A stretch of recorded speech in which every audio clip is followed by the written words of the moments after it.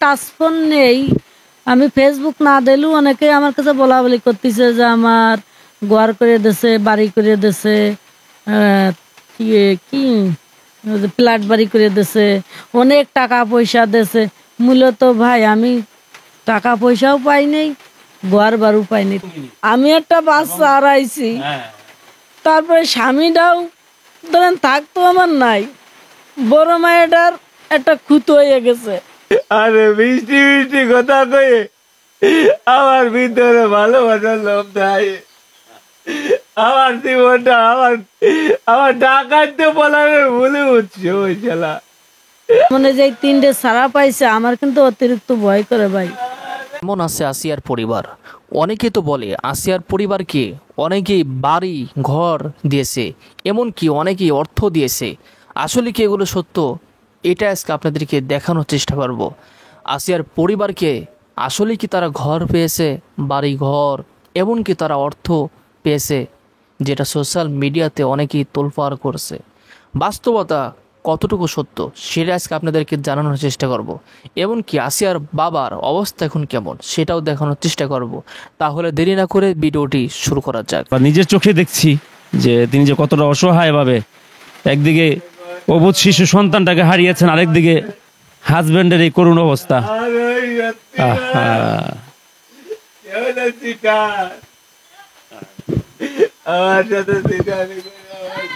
দর্শক শ্রোতা, অনেকে বলছে আসলে তিনি নাকি অনেক আরামে আছেন। আসলে আরামে নাই, অনেক কষ্টে আছেন। এই ভদ্রমহিলার সংসারটা আসলে একেবারে নিরুপায় হয়ে পড়েছেন, আমরা নিজের চোখে দেখলাম।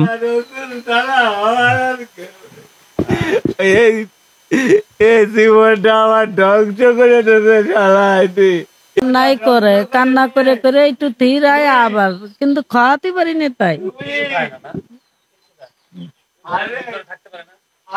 ঘরের ভিতরে ভাঙে চোরে সবকিছু।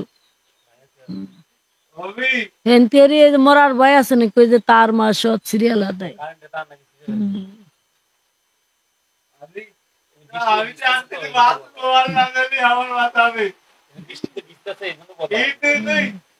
আমি মুছে টুছে দিয়ে যে আবার এই তাবুটা টানায় দিয়ে গেছি যাতে সিটটা না আসে।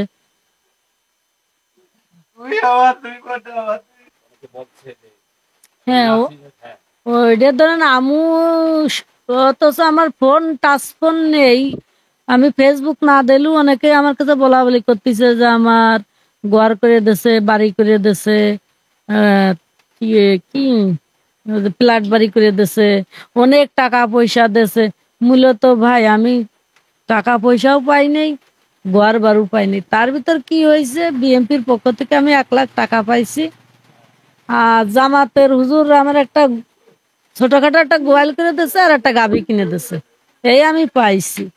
কিন্তু মানুষ যে কথাগুলো বলা বলি করতে, কথাগুলো ঠিক না। আমাদের মানুষ বিক্রি করে খাইছে, আমাদের মানুষ বিক্রি করে খাইছে। আমি যে অসহায়, আমি অসহায় আছি, আমার টাকা পয়সা আমার কিছুই আর দরকার নেই। তা আমার একটাই আবদার যে উপর আল্লাহ যদি আমার উপরে সহায়তাই করে, তা ঠিক আমার একভাবে না একভাবে সে সঠিক পথ আমার দেখাই দেবে।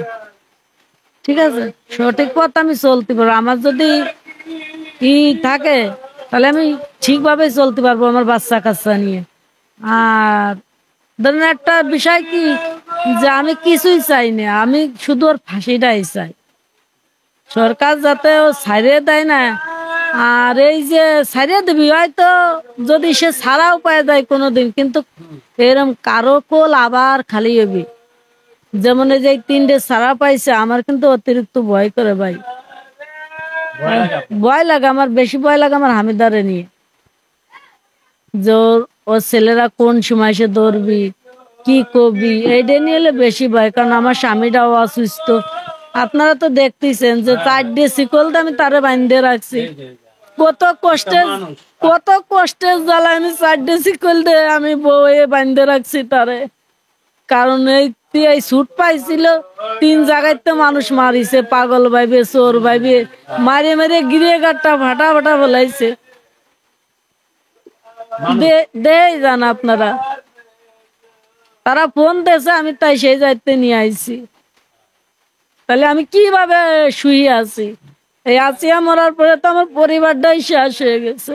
আমি সুখী আছি কোন জায়গায়? আমি এই যে এই 4 মাস কি খাচ্ছি, কিভাবে চলতেছি, কিভাবে পড়তেছি, ওই সময় তো সবাই আমার বলেছিল, কিন্তু কই ভাই, আমি তো সেরকম কিছু পাইনি, সেরকম কিছু সাপোর্টও তো পায় নাই সেভাবে। সাপোর্টও আমি পাইনি। তাহলে আসলে অনেক কষ্টই আছে। হ্যাঁ, আমি অনেক কষ্টে আছি, তারপরে এটাই সুখী, আল্লাহর কাছে শুকরিয়া আদায় করি যে সরকার জন্য ওর ছাড়িয়ে দেয় না, ফাঁসি জন্য দেয়, এতে আমি খুশি পাবো, এবং আসিয়ার আত্মাও খুশি, আর জনগণও খুশি। তো এখন ওই যে ওর বাবাও তো অসুস্থ, মানে বাবা অসুস্থ হলে তো ভাই আমার কিছু করার নেই এভাবে রাখবেন বেঁধে? না, তারপরেও আমার যতটুকু সামর্থ্য ততটুকু আমি তার চেষ্টা করতেছি। চেষ্টা করতে হ্যাঁ, আমি চেষ্টার ত্রুটি দিচ্ছি না তারে। যেটা তো জানি আমরা। আমি পথে পথে বেড়ালু, আমি এমন যে জায়গায় আমার যে জায়গায় নীতি করছে আমি সেই জায়গায় নিচ্ছি, কিন্তু যে একটা বিষয় যে আমি যে মহিলা মানুষ, এইভাবে আমার নীতি আনতে খুব কষ্ট হয়। স্বাভাবিক। স্বাভাবিক। একটা ছেলে নাই, কেউ নাই। আমার পাশে একটা বড় ছেলে নেই, কিংবা আমার একটা শক্ত একটা দেবর নেই, কেউ নেই। শ্বশুর ধরেন থাকতেও নেই, পাশে বিয়ে করলে গেলাম সে শ্বশুর শ্বশুর হয় না, না, কারণ যা মা যার নাই তার দুনিয়ায় কেউই থাকে না। তা ওর তাহলে ওর কি ডাকছে, এখন আমি ঘরের বউ, এখন আমারই সব দায়িত্ব, যতদিন সে জীবিত থাকবে ততদিন কাল আমি তার ফেলে রেখে যেতে পারবো না। না, ততদিন তার চেষ্টা করবো। কিভাবে পাইলেন তাকে? এই আমাদের গ্রামের পাশের গ্রামে এক জায়গার থেকে এরম মারিছিল, মারি তারপরে জানো দিলে যে আসিয়ার আব্বু তারা ফোন দিছিল, পরে সেই জায়গাতে আমরা নিয়ে আসলাম, নিয়ে আসার পরে 2 দিন পরে শিকল দিয়ে বাঁধতে দিয়েছিলাম, পরে ছুট পেয়ে চলে গেছিল, চলে যাওয়ার পরে আবার পাশের গ্রামে আর 3-4 দিন পরে বাড়ি দাঁড়াতে পারে না, বাড়ি দাঁড়িয়ে আসিয়া মরার পরে বাড়ি দাঁড়ায় না, আর আসিয়া মরার আগে বেশ ভালোই বাড়িতে কোনো জায়গায় যাইতো টাইতো না, তারপরে সেই জায়গাতে ওইরকম রাত্রি তারা চিনতে পারি নেই, মারিছে, মারার পরে যখন শুনিছে দেহে শানে আসিয়ার আব্বু শানে ফোন দিছিল, সেই সময় জানিয়ে আজকে 8 দিন শিকল দিতেছি, পানিটুকু গেলে না, অনাহারে মাই পুরে রয়েছে। এইভাবে কিভাবে আসলে থাকতেছে? কিন্তু সবচেয়ে কষ্ট লাগতেছে আমার, ধরুন একটা একটা বাস, জীবন সঙ্গিনী। আমি একটা বাচ্চা হারাইছি, হ্যাঁ, তারপরে স্বামীটাও ধরেন থাকতো আমার নাই, বড় মায়েটার একটা খুঁত হয়ে গেছে, তারপরেও ধরেন আরো কি ফেসবুকে কত অনেকে, হ্যাঁ। এইটাই বেশি খারাপ লাগে, অনেকেই ফেসবুকে এটা ছাড়তেছে ওটা ছাড়তেছে আমিদার নামে, এগুলো তো মিথ্যা সব। এইগুলো যাতে না সরে এইটাও আমি আপনাদের কাছে আবদার করতেছি। কি বলবো আর আপাতত কিছু বলার নাই, যা হোক। এখন নয়ন ভাই ফোন টোন করছিল যে তার এই যে হামিদার বাবার যে অবস্থা, জানাইছিলেন? জানাইছিলাম, আমার ফোন ধরেছিল না, পরে আমি জানাইছিলাম, তারপর আর ফোন টোন দেয়নি, তারাও দেয় না, আমিও আর দেয়নি। আসলে অনেক খারাপ অবস্থায় আছেন। আমি নিজেই তো চোখে দেখলাম আসলে। একটা মহিলা মানুষ হয়ে আপনি যেভাবে। আল্লাহ পাক আমার ধৈর্য ধরতে দিয়েছে, আরো জন দেয়, আমি আল্লাহর কাছে নামাজ পড়বো, কোরআন পড়বো, আর কবো যে আল্লাহ ধৈর্য জন্য আরো আমার দেও, আমি যেন সঠিক বিচারটা দিয়ে মরতে পারি। ধরেন আইন তো আইনের গতিতেই চলে, হ্যাঁ, মানে তারা যেটা সঠিক সেটার উপরে তার আমি যেতে পারিনি।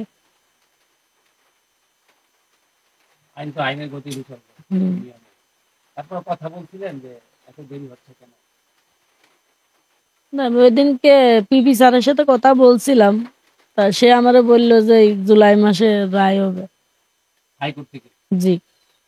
তারপর হয়তো একটা চূড়ান্ত সিদ্ধান্ত হবে। জি। তার মানে এখন এই পর্যন্ত হুম। ওরা 3 জন যে বের হইল, এরপরে কি আপনার সাথে যোগাযোগ করছে ওরা? না। যোগাযোগ করে না? না। যোগাযোগ করার সুযোগ হতো না। না। আপনি তার প্রশ্রয় দিবেন না তাকে। আবার আমার একটা কোল খালি হয়েছে, আমি চাই না যে আমার আরো কোল খালি হোক, কারণ আমার খুব কষ্টের মনিরা, আমার অভাবের সংসার হলো, আমি কোনোদিন আমার মনিকের কেরি কাছে দেই নেই, কোনো জিনিসও কোনোদিন সাহায্য চাই নেই। ওর আব্বু ওর আমার হলো খুব পরিশ্রম ছিল, সে তো অসুস্থ 1 বছর ধরে, আর মনিকের কেয়ারির কোনোদিন আমি কারো কাছেও দেয়নি, কারোর জিনিসও আমি ব্যবহার করাইনি, কিন্তু 1 বছর ধরে আমার যে ও অসুস্থ বিবিলা, আজকে আমি বড় মেয়েটা ছোট থাকতে বিয়ে দিছি, দিয়ে আজকে আমার পরিণতি এই হয়েছে। যদি বুঝতাম যে আমার মেয়ে ছোটটা বিয়ে দিছি, ওই নরপশুরা এটা করে, আমি তো ভাবছিলাম যে ছোট মেয়ে বিয়ে দিছি ওরা আগলে রাখবে না, কিন্তু ওরা তো রাই নেই। আচ্ছা, ওনার বাবা তো হামিদার বাবা তো, হ্যাঁ, আসিয়া মরার পরে বেশি হয়েছে। ঠিক উপায় না যে আমার আসিয়া মরে গেছে, কি ভালো একটু বলবো চিৎকার করে, আপনার তো আসলে বুক ফেটে যায়, আমরা জানি। কি করবো, আমার কিছু করার নেই, কষ্ট তো আমারও লাগে। হ্যাঁ, তখন ছেড়ে দিলেও তো আসলে ঘরে থাকতে। না, ঘরে থাকে না, এইটাই কষ্ট লাগে যে ঘরে থাকে না। যারা দেশ এবং দেশের বাইরে থেকে যারা ভিডিওটি দেখছেন তাদেরকে অসংখ্য ধন্যবাদ। আসলে যেমন শোনা যায় বাস্তবে তেমন না। আসিয়ার পরিবার একদম অসহায়ের মধ্যে আছে, যেটা আমরা ভিডিওর মাধ্যমে কিন্তু বাস্তবে দেখলাম। তার পরিবার কতটুকু সাহায্য পেয়েছে, তার পরিবারকে কে ঘর তুলে দিয়েছে, আসলে তার ঘর বাড়ি ওই রকমই আছে। তার পরিবারকে তেমন কোনো সাহায্য কিন্তু তার পরিবার কিন্তু পায় নাই। আসিয়ার মা নিজেই কিন্তু বলতেছে তাকে কিন্তু সেরকম কেউ বড় ধরনের সেরকম কিন্তু কেউ সাহায্য করে নাই, দুইজন ব্যক্তি শুধু সাহায্য করেছে, এটাই কিন্তু আসিয়ার মা জানালো।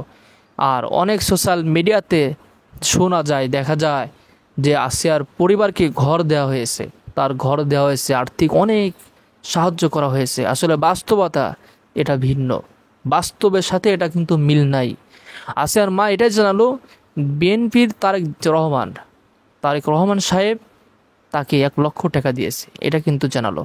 আর জামাতের শফিকুর রহমান সাহেব তিনি গোয়াল ঘর এমনকি গাবি বাছুর দিয়েছে, এটাও কিন্তু জানালো।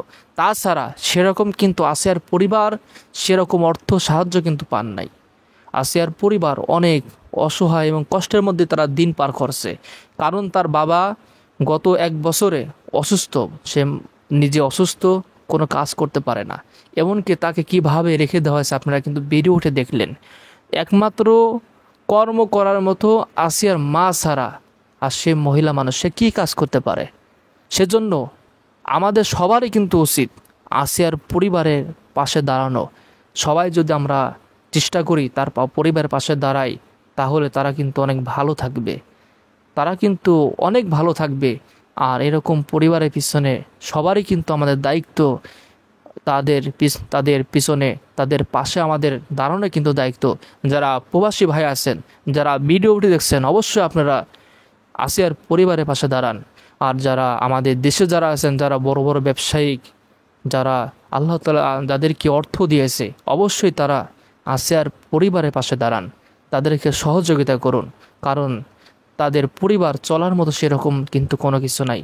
সেজন্য যারা ভিডিওটি দেখছেন, অবশ্যই আপনারা তো দেখলেন যে বাস্তবে কতটুকু আসিয়ার পরিবার কিন্তু সাহায্য পেয়েছে, তাদের কোনো ঘর নাই। আমি চাই যাদের সামর্থ্য আছে অবশ্যই আসিয়ার পরিবারকে একটা ঘর তুলে দেওয়া হোক। যারা ভিডিওটি দেখছেন অবশ্যই আপনাদের সুন্দর মতামত কমেন্টে জানাবেন।